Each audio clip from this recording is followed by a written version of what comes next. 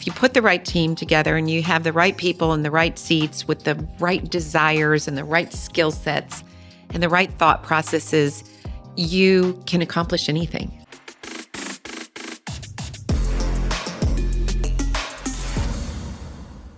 She's back, ladies and gentlemen. Welcome. Hey. Third time. I know. We'll get you I've been doing some on the side too. Oh, really? Mm-hmm. You've been cheating? I have. Yeah. I do that to Matt, too. Other people's podcasts. Yeah. That's okay. We have a polyamorous, is that what it is? Polyamorous podcast relationship? Yes. An open relationship? Yes. We have an open podcast relationship. Kind of like our neighborhood. Exactly. For those of you guys listening, Suzanne and I live in the same neighborhood. It's a very incestual business. Like we have family members work here and all that, but we keep it together. We keep it professional. But yeah, we live in this sort of empty nester neighborhood. So yeah, rumors out. Put it this way: don't put any pineapples on your porch. You never know what could come out of that. Yeah, there was rumors when you guys first moved in, and you would come over and we'd have a meeting, and then you'd leave, and everybody's like, "Oh, that's true." Like what? Stopping by the house, and I would bring a couple of beers to Suzanne's just for a meeting, and then I would leave an hour later. What's going on with that guy? Who's that guy? Everybody's open. You had the little blinds open, in their windows. Gladys Kravitz next door is like, okay, that new neighbor came over to your house again. What is he doing there? That's awesome. Well, listen, congratulations to you and to us, because we just sold 100 locations. I know. This will probably be out in like 2 or 3 weeks, so we'll be a little late. I think we got more to close this week, but that's a pretty big benchmark. What do you think? I think it's amazing. And I mean, I intrinsically knew that we would get here, but I'm really proud of us. Yeah, me too. It's no easy feat. Now, I think the harder work is ahead of us. Sure. We've got only 13 open at this point. So we've got like 30 in construction. We're projecting close to 50 open by this year. So in the next 9 months, we have a lot of work to do. So a lot of things in place, but a lot of work to do. But shoot, man, 100, that's a lot. Yeah. We have a grand opening this week or next week, and then we've got 6 or 7 in April, and they kind of just stack up for the rest of the year. Yeah. So we'll for be the rest at 50. of our lives, if you think about it. I know. It's not going to slow down. No, I know. Well, I'm very proud of you. You've done a great job. Well, thank you. And I'm proud of you as well. Because we have been through a client trainer relationship. We've been through help me out a little bit in your second phase of life to like, hey, you're really good at that. Can you do more? And I think normally in those situations, it doesn't work out. You just keep promoting someone until their level of incompetency, if you will, the Peter principle. And we haven't run into that yet with you. So props to you. Thanks. You're welcome. I was born to do this. I know. You really were. I know. Suzanne's like, what are we doing? What are we doing? Oh, my God. Like, you're awesome. Keep going. But in the spirit of 100, I had mentioned Suzanne. I'm like, hey, you want to jump on the podcast and do just a kind of a recap of what we've learned by selling our first 100 locations. Yeah. And that's what we're going to talk about today. That sounds great. What do you say? Yeah. Cool. I think well, I've got 5. Did you line up the same 5 that I have? I mean, extra ideas? I definitely can piggyback on some of those because there were a couple of things that I felt like maybe not were not included in your list, but that I think are very important, that lessons that I've learned for sure. Awesome. All right. So here we go. 5 things we've learned from selling our first 100 franchise licenses. Number 1 for me was purpose is really important. And I know that sounds like something I should have known already, but I think when we've done this for 31 years. So I will say that at times it's sometimes lost on me because I'm so used to what we do that I forget how cool it is to do what we do, right? To be in the fitness space and to help people. And it's such an easy business to connect the purpose of what we do to the business, right? And so as we've been selling a lot of franchises, when we come in and we always ask the questions, I ask them on the CEO call, we ask them around the room at Discovery Day, like, why Alloy? Right.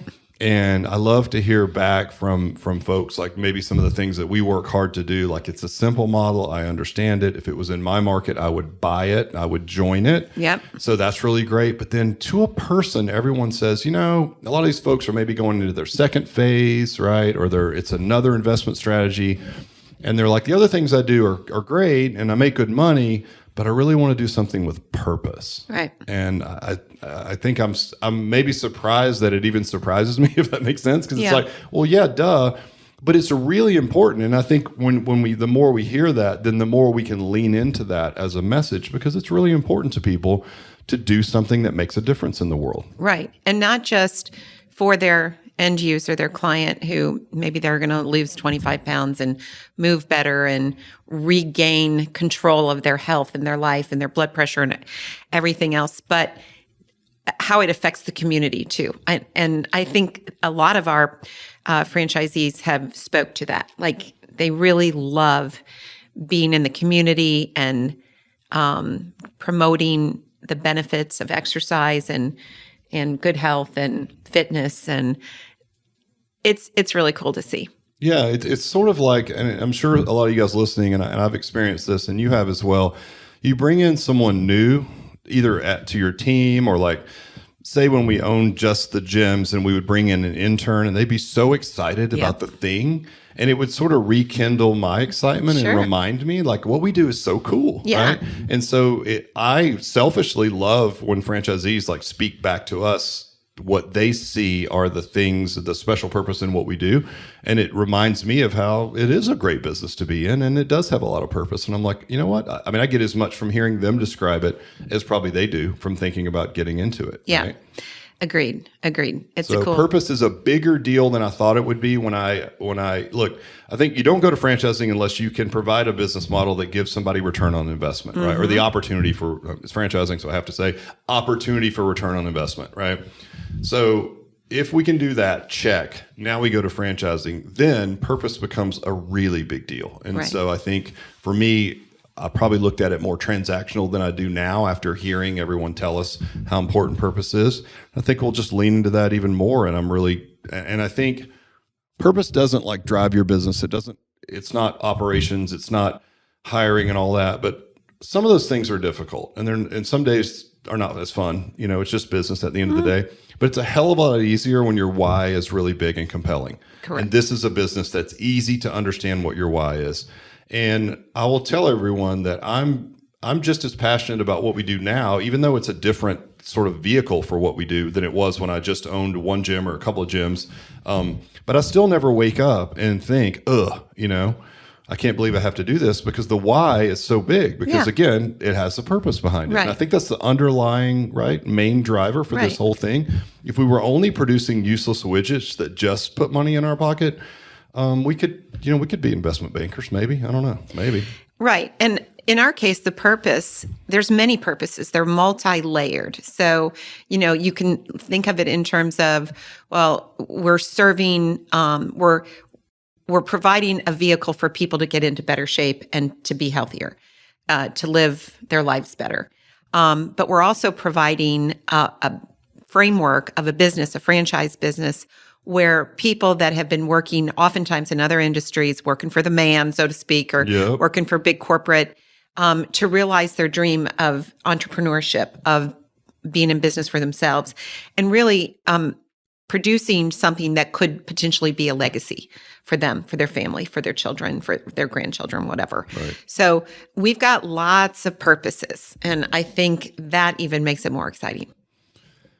Yeah, I agree. And that's a perfect segue into like the second thing that I've noticed. And I'll skip around on these, and you might have a different order on your list. But the second one was, I really love entrepreneurship. Right. And like I've helped teach a class at a local college on entrepreneurship. I'm just as passionate about entrepreneurship as I am about the fitness business. Yes. And I've come to realize that maybe over the last 10 years, or the first 20 or so years, it was all about fitness. And I love that too. I'm still passionate about fitness. We practice it, stay as healthy as we can. I mean, look, everything in your life is better if you're fit. Your brain, your energy, you show up as a better spouse, business owner, mom, grandma, whatever the heck you are, right? You're a better version of that if you're fit. But I have just as much passion for entrepreneurship. Certainly, and for the listeners, I have a good friend that used to be in the fitness space, and he's very successful. He's got a lot of money, and he came to me and I'm very flattered. He was like, hey, why don't we invest in your business? And I'd like to do that, but he's like, I don't understand why you're not doing just corporate stores, because the way that our business works, and if you're a potential franchisee, this should be a great story for you. The top line revenue, the way franchising works, we get a percentage, a royalty, which is a percentage of top line revenue. Our top line revenues are okay, but our profit margins, and I'm saying this, can be very high. So if you think about that, if I'm getting a percentage of your top line revenue, but the margins on that revenue can be really high, it actually makes a better owner model than it does a franchise model, right? Yeah. And I think when I really had to think about it, because it was a very compelling offer and he had some really good points and he's a super smart person. And so I had to really think about it. And really what it boiled down to is like, I think they're both good paths, but a lot of it was influenced by my passion to help other people, what you mentioned earlier, which is like, I have just as much passion giving someone a vehicle to become an entrepreneur and watching them grow into that role, right? As I do getting someone in great shape. It's like two different businesses, but each one's just as compelling. Would you agree? I would agree. And I've never really considered myself an entrepreneur, although maybe as I look back, maybe I kind of was because I mean, you managed businesses. Yeah, I was about to say you've only had your own businesses. But I never really thought of myself like that. I've always been like the operations, the one that gets all the stuff done, but not really the idea person or whatever. But I do love that aspect of our business is, providing a vehicle where somebody can not be in business by themselves, but be in business for themselves. Yes. Yep. And I love that idea because it's always better to have support, to have a mentor. We're the mentor, we're the ones that our franchisees can come to and say, hey, I'm having this issue or that issue. And have you ever seen this before? And can you help me with it? So I love that. But yeah, it's a really cool thing to be able to make dreams come true in some sort of way. It's like we're Disney or something. Walt Disney.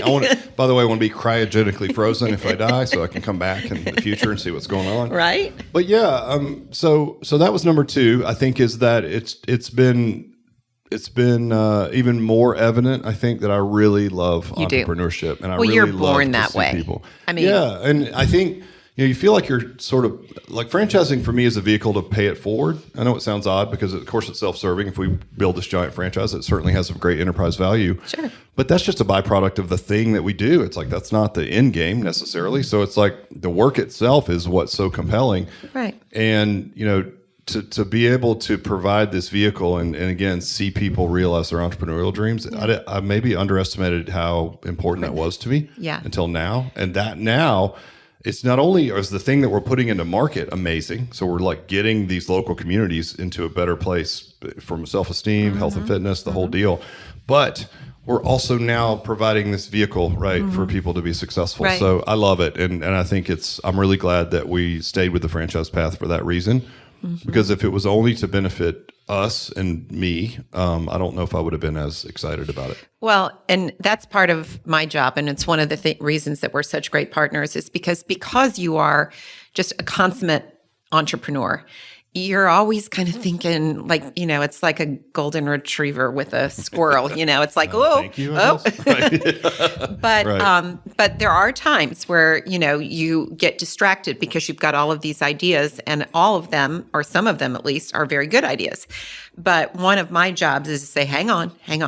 Right. Let's focus on what we're doing. Let's not let go of the vision that was your great vision. Right. So yeah, this is a man who's never worked for anybody else. I would be unemployable at this point. Oh yeah. Like I'm super grouchy if I get put into these like boxes and things. It's like, but I think like having a healthy friction, like you're tolerant of my entrepreneur brain and I'm tolerant of your operational brain. And somewhere in the middle is where things have to be because I can't just be all entrepreneurial and we can't be all operational either. So it's like somewhere in between. And if you look at like the EOS framework, it's the traditional visionary, integrator, rocket fuel, the book, right? You've got the implementer, you've got the person with the ideas. Yep. It's like you really need that.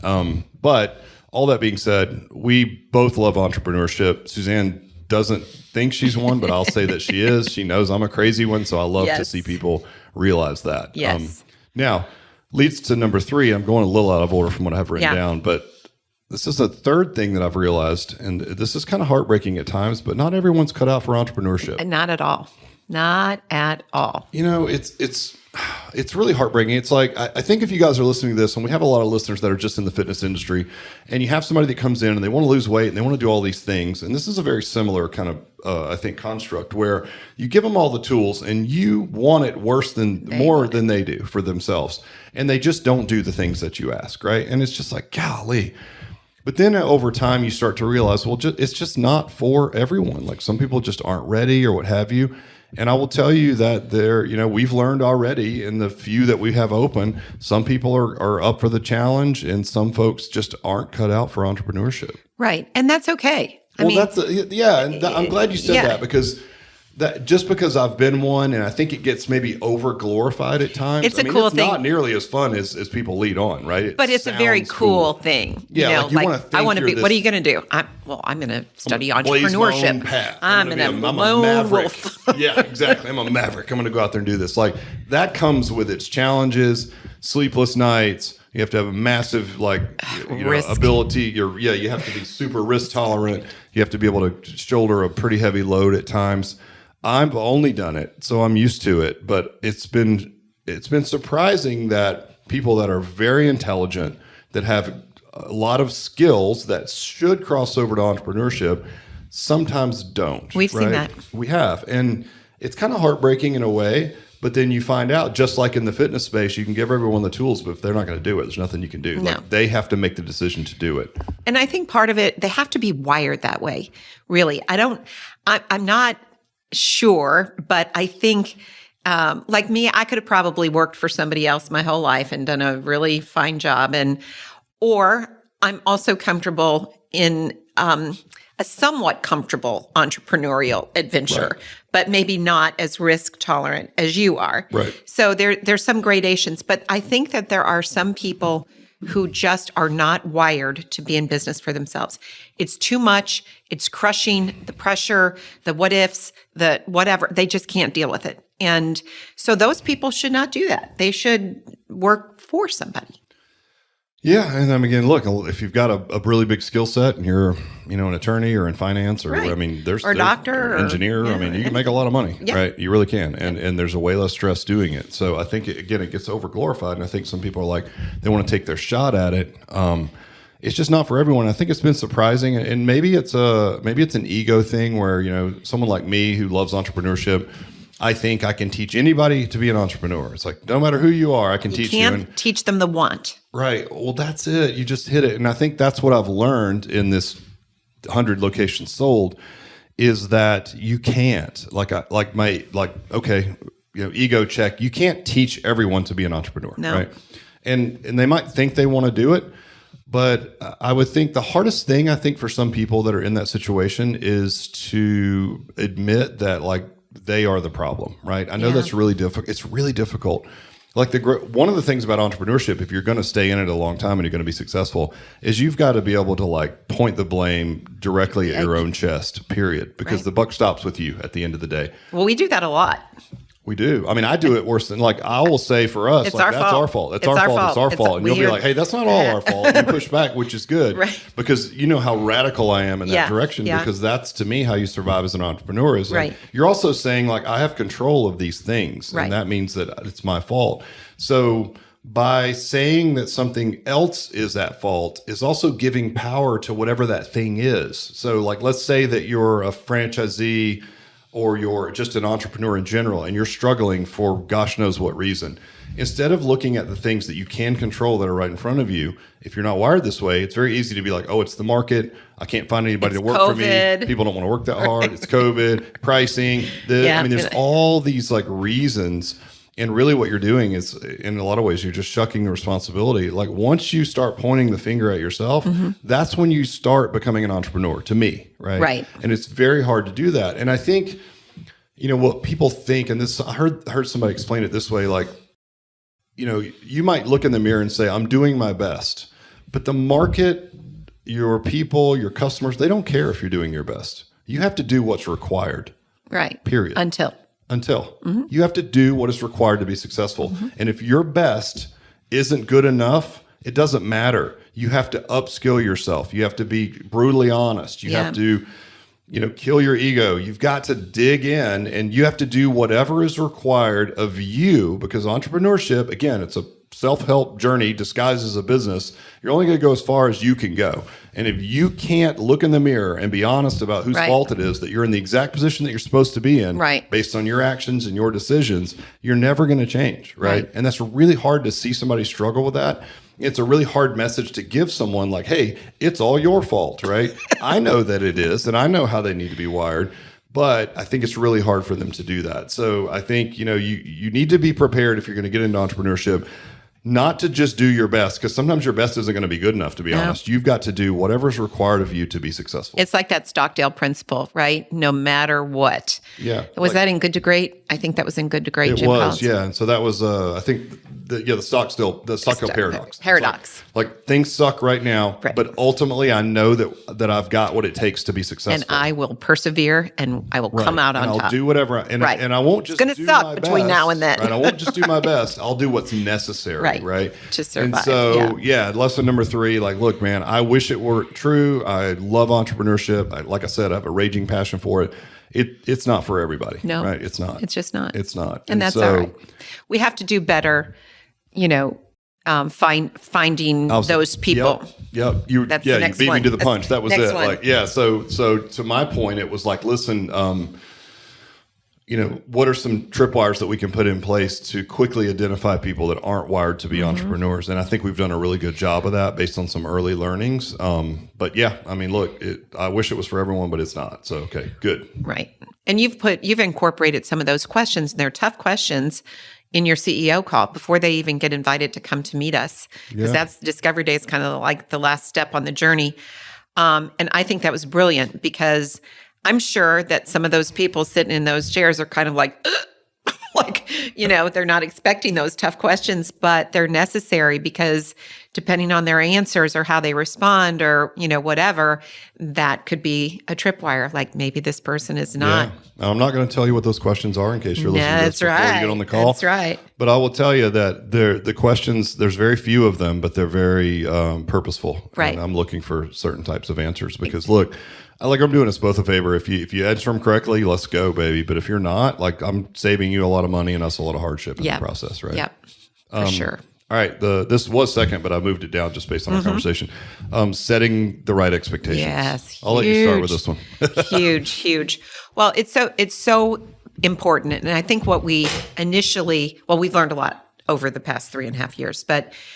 At first it was kind of like, we want this to be turnkey. We're going to do everything for them. We're going to set up their CRM and we're going to help them find real estate and we're going to manage their construction project. And this is just going to be a turnkey situation. And that backfired because as much as that sounds like really attractive, especially if you're the franchisee sitting at the table thinking, wow, this franchisor is going to pretty much do everything for me. It is absolutely not setting the right expectations. We want people who want to be and are involved in their business. And it is essential that they recognize that this is their business. We're not running their business. They need to be responsible for hiring the right talent, for leading their team appropriately, and to doing all of those other things that a business owner would do to take care of his business or her business. And so I think that was an error that we made on the front end, probably just because we wanted to sell. We were eager to award franchises and we wanted it to seem like, it was turnkey and it was going to be simple. It's going to be easy. And it's not. And so, and you got to be careful with that. Like we weren't very specific. So I think in what you're saying, it's sort of like, maybe saying, hey, we've got you, we're going to do all these things for you. But we can't say, hey, you're only going to spend 2 hours a week on your business because a time claim like that can also be almost like an earnings claim, right? So we can't say you only have to spend this. And we never did that. But I will say, let me back up a minute. So I interviewed a guy named Wes Barefoot who has sent us some leads. He's a franchise consultant. And he's also a franchisee of a couple of brands. He's a super sharp guy. And I was interviewing him and I said, what are the top 3 attributes of a good franchisee? That was our podcast. If you haven't heard it, go back and listen to it. He did a great job. And that was it. He's like, you got to have the right expectations. And the way he put this, he was like, listen, a franchisee can't make you successful. They shouldn't make you not successful. Right. So they shouldn't do things that keep you from succeeding, but they cannot make you successful. And then he went on to tell me a story about a mentor of his who bought into a franchise They only had I think he was third in the system. The guy only sold, the franchisor only sold 8 and then decided screw this is too hard. Right. And he essentially kept them, but abandoned growth of the franchise. Okay. So of course the guy who got in third, he had done other franchising projects before and he had been on the franchisor side. So he knew about franchising. Okay. He thought it was a great concept. But here he is sitting here in 1 of 8. The brand's not going anywhere. He's getting almost no support whatsoever. Right. But he said, oh, well, this is my business. He's still paying royalties for what he thinks is not much support and not much brand recognition at this point. And he buckled down, built his business. And I think it's important to hear it that way. Built it up and sold it. And he told in this conversation with Wes, that's my business, right? That's my responsibility. Yeah. So to reiterate what you said, I think what happens if we say we'll do everything for you, certainly early on, that sounds great. And we might do all of your real estate and all of your construction. And we're like, hey, just pop on a call every now and then. That's all. You don't have to do anything else. That is very appealing from a sales standpoint. Here's the deal, though. At some point in time, we're going to hit the go button and it's your business now. And if you've done nothing to prepare yourself or taught yourself how to be an entrepreneur or done any of the things that you need to lean into your business, it's a rude awakening when now it's your business. And you don't even know. And we've had instances like this early on where people turn to us and it's like, well, why don't you hire my people? It's like, well, we don't do that. And I can almost understand. I mean, because we're always like, what? Why would you think that? But maybe it was because they hadn't had to do anything up until now. And the expectation is you run my business. I'm like, no. This is your business. We've given you all the tools that you need to be successful, but you got to pick up the ball and run with it. Yeah. The way that Wes talked about it, he said that same mentor told him, the franchisee is a bicycle, right? And there's lots of different kind of bicycles, just like there's lots of franchises. There's food or whatever. So you could be a mountain bike, a road bike, a touring bike or whatever. Yeah. We're going to build the best bicycle for you. We're going to put all the things on it that make it ride well. But at the end of the day, you have to get on that bike and you have to pedal. I can't pedal your bike for you, right? Exactly. So I think we have done a much better job and will continue to set the right expectations, getting people to lean in earlier. Sure. Can this model be a semi-absentee ownership model? 100%. Go back and listen to my podcast with Casey, right? About what it takes to be a semi-absentee owner. He put in a lot of hours at the start. He had a little trip up. He leaned in. He fixed his business. Sure, now he spends a couple hours a week on it. Right. But he didn't get there with no effort at all, right? Right. You need to show up when you need to show up. And I think we made the mistake, and I admitted this on Wes's podcast as well, of setting too low of an expectation on ownership engagement from the franchise. Agreed. And we're doing a much better job with that now. And you can see that in the people that we are awarding franchises to. Yeah. I mean, look, here's an example like real estate. We're going to connect you with some real estate vendors. They're going to go into your market and help you find space. Also, get your ass in the car, drive around your market, see if you see anything that you like. If it fits the criteria, and if it's in a nice area, Alloy's got these certain metrics. I think it's not hard to understand. Places with money, places with golf courses, tennis, other businesses. We're going to give you all that stuff. If you go out and not every little private shopping center is listed on the listings that these big national vendors find. If you find something of your own, kick it over to us. We'll look at it, approve it or not. Why not do that? Right. Like we got a franchisee here in town who used to be part of the largest franchisee group of another fitness franchise. They were huge. They had 170 locations. He's a hustler, right? So he goes out, he's talking to landlords himself. I mean, he's also working with a vendor, but he's doing his own work. Yes, he is. He gets to permitting. He's like, well, I'll just go down to the permitting office and just talk to the people. You never know. And he sweet talks the lady at the desk and she pushes his permit through in like a couple of days. Right. That never would have happened if he wasn't engaged in his business. So it's like, we're going to give you a lot of tools, but show up, right? And I think that's that's a huge learning lesson for us, right? And we're going to get better. Yeah, for sure. And I love it. And it ends up making better franchisees. Yeah, because then when it is time to like, hey, you're up, right? It's not like you've done nothing up to this point, right? And now here you go. Here's the baby. What do you mean I'm up? Yeah. We conceived it, birthed it, and then hand it to you, and you've just been on vacation for 9 months, and now you're like, wait a minute, here you go. What do I do with the baby? It's like you should have gone to those Lamaze classes or whatever, right? It's like now we're doing that. I mean, look, even with entrepreneurship, like we've added, like we give you EOS training, we set all these expectations. expectations. And we've got a massive amount of bandwidth and vendors and all these things. But at the end of the day, show up to your business. So lesson learned for us, I would say. Yes. And that's a good lesson. Yes. And then the last one I have is, and it's one of our core values, which is keep it simple, is that simple scales. Yes, for sure. And it has to be dead simple. And I think what you and I thought was so simple early on, and we have worked really hard. And I will say, like, franchisees will even say, like, hey, what I like about, Alloy, like, why Alloy? And they're like, we know what I like about Alloy? It's simple. I can understand it. I get it. Yeah. But you know what? It's a small business. There's a lot of moving parts. You've got employees. You've got different software suites. You've got, again, in the process, you got to find real estate. I mean, look, it's a business at the end of the day.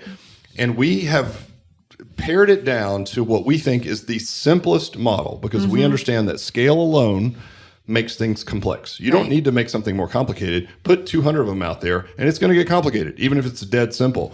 And I think we underestimated how simple things need to be. Not only the stuff, but the messaging around the stuff, how we give it to them so they can digest it. Right? Would you agree? I do. I would agree. And I think that even with all of the efforts that we have made to make it simple, like we carved out we had a different business model before we moved to franchising, and we carved out a whole bunch of stuff because it just add complexity to the model. And we only focused on small group personal training, which was 80% of our core revenue and where we were the most successful, our core competency, if you will. But even with that and having this very simple floor plan with simple equipment and all of those things, it's still lots of moving parts. Now, I will say, when franchisees come to training, we had a group in last week for training. It's like drinking from a fire hose I don't know that there's any way around that. There's lots of different things in a short period of time that we need to walk them through. Now, they've got tons of resources, including franchise business coach and onboarding specialist and a 400-page ops manual that they can refer to. So they've got all the resources. But what I will say is what we have seen is, the beginning is hard. It's a new business, lots of moving parts, new hires, maybe somebody doesn't work out. Now you're scrambling and trying to fill in. But I think of our franchisee out in Salt Lake City, Angela, who was not a fitness person at all, had never been an entrepreneur. And I remember talking with her after she had been open for about a year, and she said, it was about the 6-month mark. I thought I was going to lose it because it just seemed so overwhelming to learn how to do all of these things when she had no background in any of it. But, she hit that 6-month mark. Now it becomes kind of Well, you think about routine. Anything, right? If you're really good at something, so I'll just use sports. Like if you take somebody like Tom Brady, when he steps onto the football field, everything is very slow. He sees everything. He's been doing it for so long, he's right? so good at it. It's he looks down on everything at crop duster height, and he's like, this guy goes here, I go there, right? Yeah. But to anyone else, it's just chaos. There's no possible way. Right. So if you're new to entrepreneurship, you're not going to have any point of reference, right? That alone is going to be difficult. Yeah. And you're learning a new business if you haven't been in fitness, and most of our franchisees have not. That's why, though, it goes back to the engagement thing and the expectations. Get in early, learn as much as you can, and expect it to be chaotic and crazy for first. Who knows? If you haven't done it before, it might be 6 months. I think it was 6 months before Angela's like, it's finally I can say, I'm really glad I'm doing this. Right. Now she's one of our top performing clubs, and she loves it. And she's awesome. And she's like, this is such a great business. But it took her a minute to get there. So I think that maybe even goes back to expectations. But that's what is a dead simple business model. Right.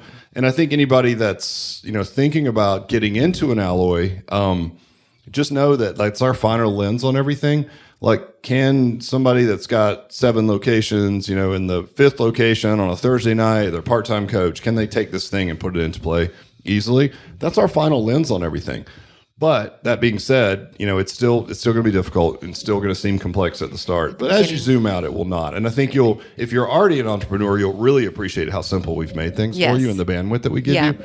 We've got a lot of folks in the pipeline now that are just coming on board as far as opening that were already in the fitness business. And they're like, wow, this is great. We've given them all this bandwidth. All these things are already put together. So for them, they have perspective. But if you don't, it'll seem chaotic. But just know that it's got to be dead simple. And that's something we learned. It probably needs to be even simpler than it is. And we're working always really hard to make it that way. Exactly. And we've come a long way from when we first started franchising. I think about some of the lead management systems and the bolt-ons and the this and the that and the API. Nightmare. Well, I remember looking at that and thinking like, okay, no this way. is difficult in 2 or 3 locations that we own. Right. Can you imagine when there's 500 franchises out there? Like we have to simplify this big time. Yes. And I'm glad we have that lens. And I think people recognize like our messaging is simple. Even that, like that's great. Like who's our avatar? Bam, we nail that. When people come here, they're like, you know what, I like it. It's simple. I can get my head around it, right? Within that, though, if you're not used to entrepreneurship, it still might be a bit chaotic. But again, going back to expectations, we're going to help you out with that. So and it'll calm down. You'll get your arms around it. Yeah. So that's the top 5 things. So first of all, purpose is more important even than we thought it was, and I love that. We love entrepreneurship, which is why we stayed in franchising. If that's your question, why didn't you do corporate stores? There's your answer. Yep. We're just as passionate about helping you be an entrepreneur. That being said, number 3, not everyone's cut out for entrepreneurship, and we're going to do our best to help you understand whether or not you are getting to the process. Number 4 is setting right expectations. Right, we've learned that we need to do a better job of setting the right expectations, and then 5th, which we already knew, but it's even more reinforced now, that simple scales, and we've got to keep it dead simple. Correct. And then we didn't do a did you know, but I'm going to finish with one if that's okay. Okay. You don't have to have one, but I just thought it was interesting. You and I already talked about this the other day. So I was looking on a resource called FranNet, which basically curates a lot of franchise information. And so, 100 locations sold. I wanted to know how we stacked up, right? I know it sounds like a lot, but we only have 13 open. So again, this is open clubs. So this was like, all right, how many franchises have 100 locations? I looked that up first, and it's only 2% of all franchises. That's so crazy. Now, that's 100 open. So I did dig further. So it's like, okay, got it. Well, then because we're going to be at 50 locations open by year's end. So it's like, all right, well, how many franchises, in all of franchises, I think there's like 3,800 franchises. Something like that. At any given time. So how many have 50 open? And it's 7%. Yeah. We're in rare air for sure. So by the end of this year, we'll be in the 7% range. Yeah. And then by the end of the next year, we'll be close to the 2% range. Yeah. And I've heard from other savvy, seasoned franchisors that getting 100 franchises open, that's sort of like the milestone. If you can do that, you're good. So again, it takes a minute, but we're well on our way. We got a lot of work to do. But I hope this helps anyone that's listening understand kind of what we've learned, and maybe if you're a potential franchisee or you're already a franchisee and you're listening to this, maybe our thoughts, getting to the first 100. But anything else you want to add or wrap up? No, the only other thing that I had written down is, and I just think this is important, and it's a nod to our team. If you put the right team together and you have the right people in the right seats with the right desires and the right skill sets and the right thought processes, you can accomplish anything. I mean, really, if you set right team, right thought processes, this is hard and we can do it. And I feel like everybody on our team, and there's only 6 of us. Right.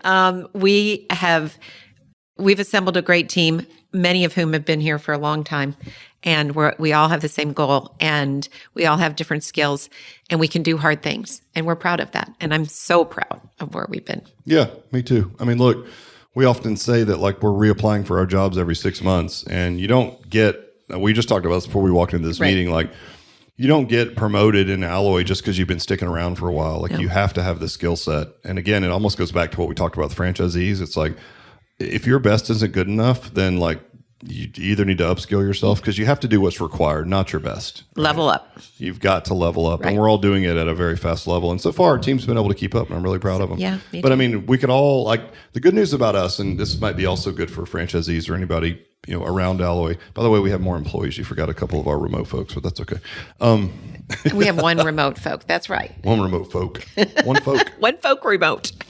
But I think that we're all like, the ultimate goal is to win, and there's no ego around how we get there. And so whether it's me, you, anybody else on our team, we'd be happy to step aside and put somebody else in that seat that can really do that position well. I've been trying to do that. You won't let me. No, I won't. So anyway, we'll leave it at that. Suzanne's trying to quit, but the answer is no. I am not trying to quit.